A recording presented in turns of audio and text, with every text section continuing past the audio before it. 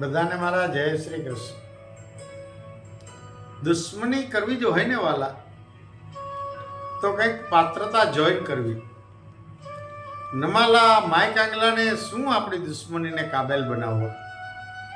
મવાલી, લફંગા, આવારા લોકો જેના ચારિત્રના કોઈ ઠેકાણા ન હોય, જેની જબાનની કોઈ કિંમત ન હોય, જે આપણી એક નજરના પણ કાબિલ ન હોય, એને આપણા દુશ્મનની પદવી કેમ આપવી?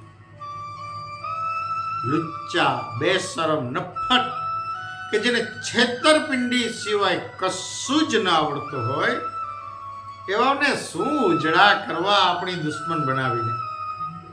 અરે શોધો એવા દિલેરને જે મારવા પણ આવે ને ત્યારે જુએ કે મારો દુશ્મન આજે લાચાર અવસ્થામાં છે, આ સમય યોગ્ય નથી એને મારવા માટે, ચાલ રાહ જો એના સ્વસ્થ થવાની. મને વિચાર આવે કે આવા દિલેર સાથે દુશ્મની કરાય કે દોસ્તી? તાકાતો ટકરાવીને શૂન્ય કરવી બંનેની શું કામ? કાંઈક તો શીખીએ આપણે મહાભારતથી. વાત નિત પ્રકાશની.